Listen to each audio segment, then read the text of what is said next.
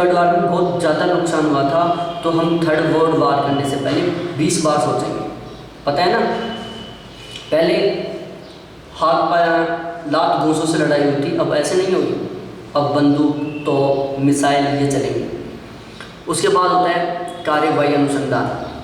यह स्थानीय समस्याओं को दूर करने और सामाजिक कार्यवाही में सुधार करने के लिए आयोजित किया जाता है। बहुत सिंपल सी बात है इस अनुसंधान की, कि जो ये वाला अनुसंधान है वो स्थानीय समस्याओं को दूर करने और सामाजिक कार्यवाही में सुधार के लिए किया जाता है। ये आपको ये ध्यान रखना है, स्थानीय समस्या और सामाजिक कार्यवाही, ये दो शब्द बहुत ही इंपॉर्टेंट हैं। उसके बाद होता है सर्वेक्षण अनुसंधान। इसमें वर्तमान स्थिति के बारे में उत्तरदाता से प्रश्न पूछा जाता है, सर्वेक्षण किया जाता है। जैसे आपके गांव में मैं कोई सर्वेक्षण करने के लिए आऊँ तो मैं क्या करूँगा, मेरा जो सर्वेक्षण है उससे रिलेटेड मैं क्वेश्चन पूछूंगा। सपोज जाए कि मेरे सर्वेक्षण का क्वेश्चन है कि मैं एजुकेशन के बारे में क्वेश्चन पूछूं, तो मैं आपके गांव में आऊँगा और सपोज दैट आप मेरे को सबसे पहले मिलते हो, तो मैं आपसे क्वेश्चन पूछूंगा कि आपकी एजुकेशन क्या है, आपके गांव में एजुकेशन की क्या स्थिति है, ऐसे क्वेश्चन पूछूंगा। तो वो क्या कर रहा हूँ, मैं एक सर्वेक्षण कर रहा हूँ। उसके बाद होता है प्रायोगिक अनुसंधान।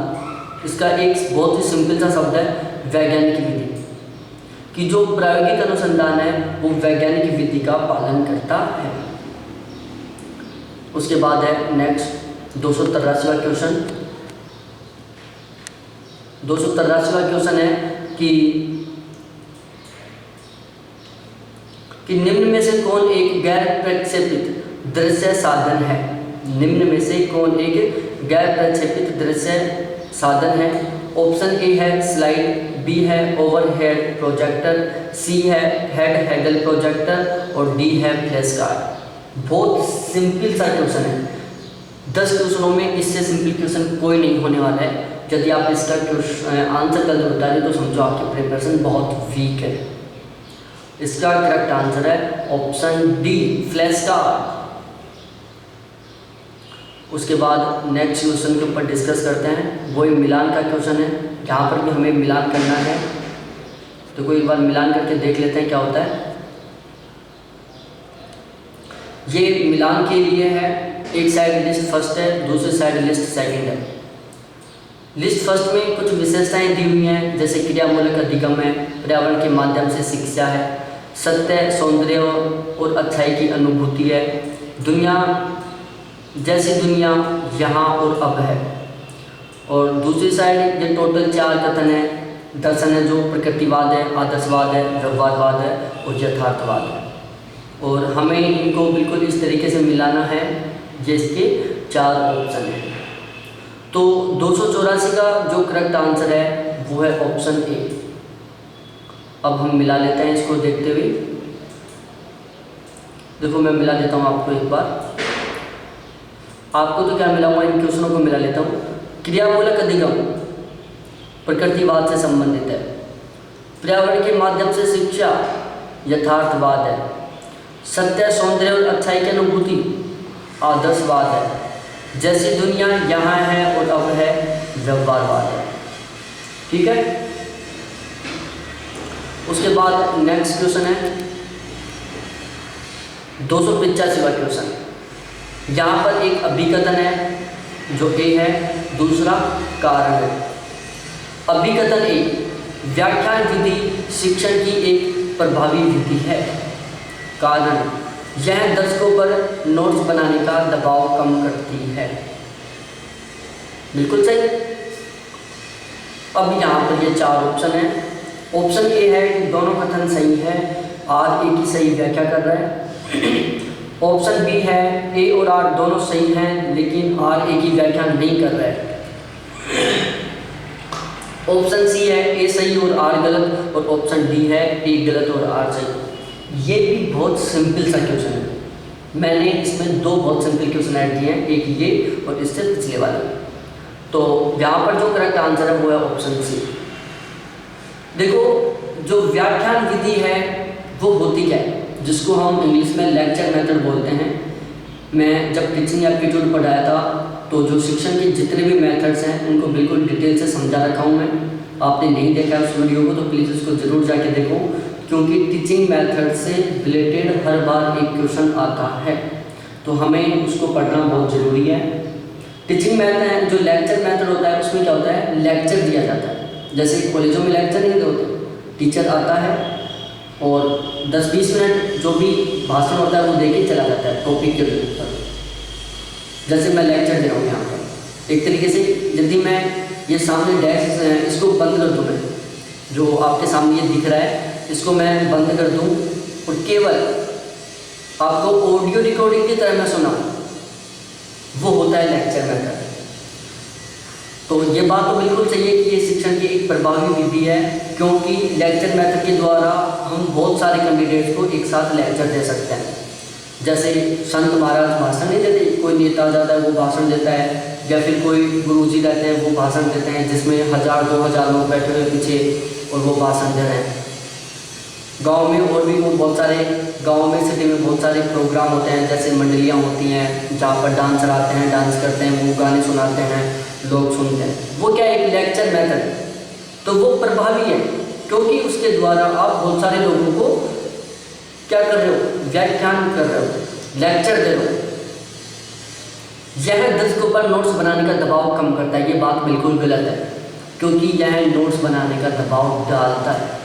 जब मैं इसको हटा दूं तो आप क्या करोगे, आप पहले क्वेश्चन को नोट करोगे, फिर उसके बाद क्वेश्चन का आंसर सही करोगे। लेकिन अब आपको क्वेश्चन डायरेक्टली दिख रहा है, आप यहाँ से पढ़ रहे हो और क्वेश्चन को सही कर रहे हो। उसके बाद नेक्स्ट क्वेश्चन है, वो एक बहुत आसान सा क्वेश्चन, क्वेश्चन नंबर 286। डेटा वर्गीकरण के संबंध में निम्नलिखित में से कौन सा सही है। अनुपात डेटा और नामित डेटा प्रकृति में गुणात्मक हैं। ऑप्शन बी, अंतराल और क्रमिक डेटा प्रकृति में मात्रात्मक हैं। अनुपात एवं अंतराल डेटा प्रकृति में मात्रात्मक हैं। क्रमित और नामित डेटा प्रकृति में गुणात्मक हैं। और ये आपके पास नीचे 4 ऑप्शन है, यहाँ से आपको करेक्ट आंसर का पता चलाना है। तो यहाँ पर जो करेक्ट आंसर है वो है ऑप्शन डी। समझा देता हूँ। सबसे पहला होता है अनुपात डेटा। अनुपात डेटा क्या है, एक मात्रात्मक डेटा है। इसमें प्रत्येक डेटा के बीच एक समान और निश्चित अनुपात होता है। अनुपात डेटा एक मात्रात्मक डेटा है जिसमें प्रत्येक डेटा के बीच एक समान और निश्चित अनुपात होता है। अनुपात डेटा ऋणात्मक नहीं होता, ये ध्यान रखना है आपको कि जो अनुपात डेटा है वो कभी भी ऋणात्मक नहीं होता। तो उसके बाद होता है अंतराल डेटा। अंतराल डेटा भी क्या है, एक मात्रात्मक डेटा है। यहाँ प्रत्येक डेटा बिंदु को एक दूसरे से समान दूरी पर रखा जाता है। अंतराल शून्य नहीं होता।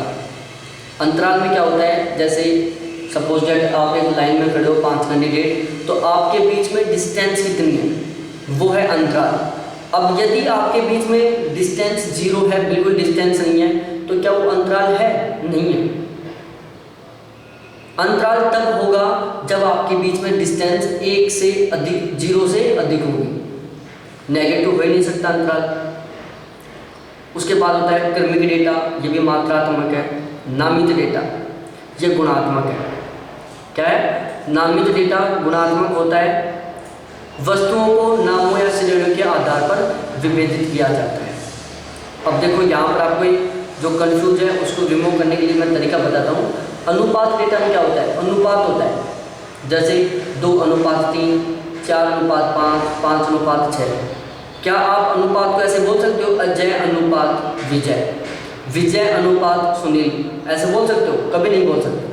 अनुपात को आप संख्या के रूप में बोल सकते हो, 2:3, 4:5, 9:10, 100:50। तो अनुपात में आप केवल संख्याओं को बोल सकते हो। तो ये क्या है, मात्रात्मक। अंतराल डेटा, आप लाइन में खड़े हो या कहीं भी हो, 2 वस्तुओं के बीच में जो डिस्टेंस होती है वो संख्याओं में होती है। जो अंतराल होता है वो संख्या में होता है। 5 का अंतराल भी हो सकता है, 10 का अंतराल भी हो सकता है, 100 का अंतराल भी हो सकता है। क्या अंतराल ऐसे हो सकता है? चांदपुरी अंतराल, अजय अंतराल, विजय अंतराल, महेश अंतराल ऐसे हो सकता है? कभी नहीं। अंतराल केवल संख्याओं के बेस पर हो सकता है। उसके बाद होता है क्रमिक डेटा, क्रम। तो क्रम क्या ऐसे हो सकता है? अजय, विजय, सुनील, अनिल, भूपेश ऐसे हो सकता है? नहीं हो सकता। क्रम क्या हो सकता है? 1 2 3 4 5 6 7 8 9 10। नामित, नामित का मतलब होता है नाम। अजय, विजय, सुनील, अनिल, भूपेश, महेश, ये क्या है? नाम है। ये क्या है? गुणात्मक है, क्योंकि यहाँ पर संख्या का प्रयोग नहीं किया गया। तो इसमें आपको बिल्कुल भी कंफ्यूज नहीं होना है, आपको बिल्कुल इसी तरीके से याद करना है। और ये है एक मेरा व्हाट्सएप ग्रुप। यदि आप इन सभी क्वेश्चंस की पीडीएफ लेना चाहते हो, टोटल 286 क्वेश्चन की, तो आपको मेरे इन कॉन्टैक्ट नंबरों के ऊपर मेरे से बात करनी होगी। इसके अलावा एक मेरा व्हाट्सएप ग्रुप है, आप यदि उसमें ऐड होना चाहो तो उसमें ऐड हो सकते हो। उस व्हाट्सएप ग्रुप का टारगेट है कि आपका 70% प्लस का स्कोर हो।